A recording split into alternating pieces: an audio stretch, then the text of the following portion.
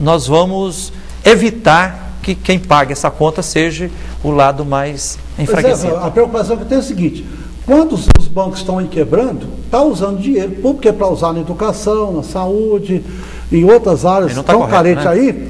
Aí os governos, de um modo geral, sem exceção, vão socorrer os banqueiros. Agora, quando os bancos têm aí 2, 3 bilhões de lucro, eles socializam com o povão esse dinheiro? Aliás, eu vi uma análise esses dias... Seria perverso isso? Eu vi uma análise esses dias que muitos bancos em outros países e no Brasil já estão aumentando os seus juros, porque a taxa Selic é a taxa base. É a menor, né? E cortando alguns benefícios, já se prevenindo, entre aspas, em relação à crise. E outra coisa, outra análise que eu vi, foi a seguinte: curioso se perceber que a crise começou nos Estados Unidos, mas que mesmo assim o dólar continuou subindo muito. Se o Brasil fosse o centro, ou se fosse um personagem importante numa crise, o real ia despencar. Nos Estados Unidos acontece algum efeito curioso, que a crise acontece. Muito estranho isso aí. A crise surge e o dólar sobe muito. Muito estranho. Em relação aos movimentos sociais, no qual o senhor colocou, Frei Gilvano, desse crescimento da busca de conscientização das classes menos favorecidas. Nós, do Movimento Sem Terra, estamos além da conquista da terra, buscando aí uma reforma também social para o nosso país. E voltada muito hoje para a questão da educação dos nossos jovens, dos nossos adultos, das nossas crianças. Quando se faz essa análise da crise econômica do país, e o movimento vem trabalhando isso de uma forma mais sucinta, da forma dos agricultores entender quem é que vai pagar essa conta. A gente sabe que hoje o governo investe milhões no agronegócio, mas que o futuro das exportações está comprometido com essa crise financeira. Sabe-se que o grande, o minério hoje em Minas é o grande herói, o grande, abrilhantado. Como é que vai ficar com essa crise econômica? E como que vai ser vista a reforma agrária do nosso estado, com a questão do eucalipto também para exportação, grande deserto verde avançando aí em Minas. Falam muito do estado hoje que eu conheço e que nasci, sou mineira mesmo, de coração e de nascença. A nossa preocupação hoje dos movimentos sociais é que políticas visando a questão da crise financeira nós vamos sofrer com isso. A questão da reforma agrária vai continuar paralisada? Ela não acontece, ela só acontece de forma imposta.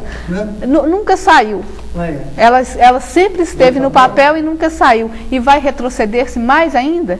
A questão dos créditos para a agricultura familiar, como fica isso nessa crise econômica? Ou seja, será que investimentos importantes como esse, que já são pequenos, vão ser diminuídos ainda mais com a justificativa da crise, entre aspas?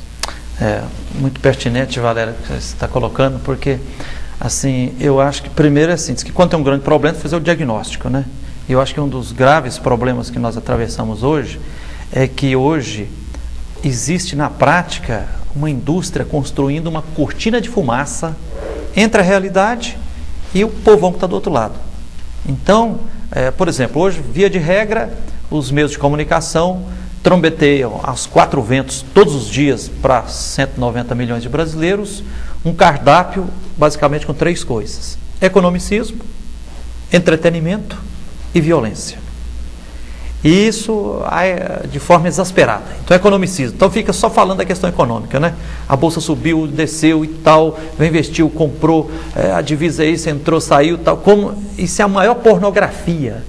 A vida humana, ela é um conglomerado de infinitas dimensões. A dimensão econômica nossa é uma das dimensões. Então, a gente não pode ficar só raciocinando assim: quanto é que eu ganho com isso? Né? Aí eu vou entrar nisso, eu vou ganhar com isso? O que eu vou perder? Isso é a maior pornografia, ficar só pensando na questão econômica, né? Quanto é que eu vou ganhar? Outro problema é a questão da violência. Então, assim, por exemplo, acontece uma desgraça lá, uma A3 tal, você trombeteia aquilo, aí injeta o medo no tecido social e vai. As pessoas amedrontadas recuam, né? Maquiavel dizia: para dominar você tem que dividir. Agora parece que na modernidade agora é o seguinte: para dominar você tem que meter medo.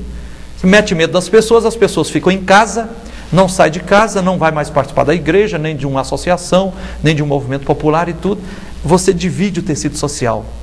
e aí todo mundo tremendo, e está o prato predileto, senta todo mundo no sofá para ver o terceiro prato, que é o entretenimento, através dos grandes programas de auditórios, que na prática são verdadeiras celebrações religiosas da idolatria do mercado, né? E esses grandes personagens desses programas de auditório são verdadeiros sacerdotes ou pastores que de uma forma enviesada fazem isso.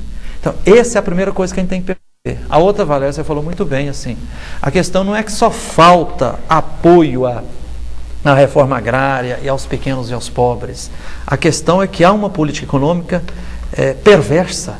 Então, assim, mais grave do que só estar investindo uma migalha em assentamentos, é que são bilhões sendo investidos no agronegócio. E o que é agronegócio? Plantações em grandes latifúndios, né? Em monoculturas, com uso indiscriminados de agrotóxicos, né? Com tecnologia de ponta, e muitas vezes utilizando trabalho escravo, né?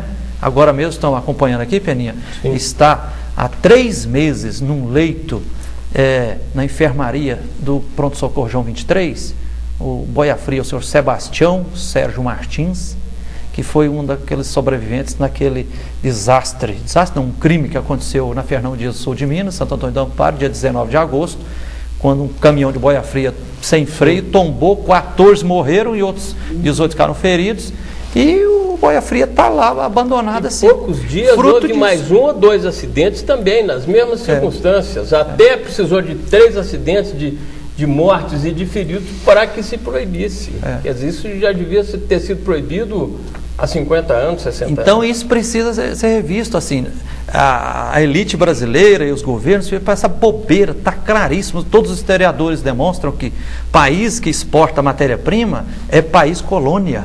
Então não precisa ficar metendo no peito aqui, nós estamos exportando soja, exportando celulose, estamos exportando as águas brasileiras disfarçadas de produtos, né? O que tem que fazer, Valéria, é o que vocês estão fazendo lá, e parabéns ao assentamento Pastorinhos em Brumadinho, 20 famílias lá, aguerridamente, trabalhando em mutirão, né? Plantando 14 hectares de verduras e legumes, tudo com adubação orgânica, sem uma gota de agrotóxico, em sistema de mutirão, preservando outras 142 hectares de mata, né? Mata nativa lá, que só tem produzindo um mel lá no meio lá, e a gente tentando costurar umas parcerias aí. Isso é que é o exemplo positivo. Giovana, eu queria só explorar um pouquinho isso que você falou, porque sem pensar nem em ideologia, né? Nem passa pela minha cabeça estar discutindo isso em termos gerais com a sociedade. Mas eu fico pensando nesse noticiário que você citou aí, que você colocou economicismo, entretenimento e violência, não cabe mesmo, eu estava pensando exatamente nisso agora, para pelo menos noticiar as boas coisas que acontecem nesse país. O único programa que você vê isso de vez em quando é o programa do Serginho Groisman, no sábado de manhã, né? Que quem trabalha a semana inteira tem o direito de estar dormindo um pouquinho mais, é tão cedo que não dá para você ver onde ele divulga algumas ações e tal. Porque se iniciativas como essa lá, do assentamento Pastorinhas, fossem divulgados, o povo ia ver, né? A atitude aguerrida das pessoas que chegaram lá, que ocuparam a terra, que hoje tem, né, o título da terra. Então, dando um exemplo de que é viável a reforma agrária, é viável a reforma preservação ambiental, com cidadania. A Valéria foi acusada de formar quadrilha, né? Teve denúncia contra ela, e, no entanto, a formadora de quadrilha hoje está assentada legalmente numa terra. Claro. Então, né, eu acho que falta um pouco... E ajudando a formar muitos jovens nas universidades. Tudo que a família sem terra quer é um lugar para trabalhar, para garantir sustento digno da sua família, né, para viver esse sistema escravo. Eu acho que tem que só colocando uma questão, é um dos movimentos sociais que busca a única coisa, trabalho e dignidade, terra para trabalhar. Antes que o Frei Gilvander responda, eu vou pedir um intervalo, o nosso bloco terminou, mas a conversa estava tão boa que nós estouramos 4 minutos nesse bloco, não tem problema nenhum. Desconta no outro. Desconta no outro e a gente volta em 1 minuto.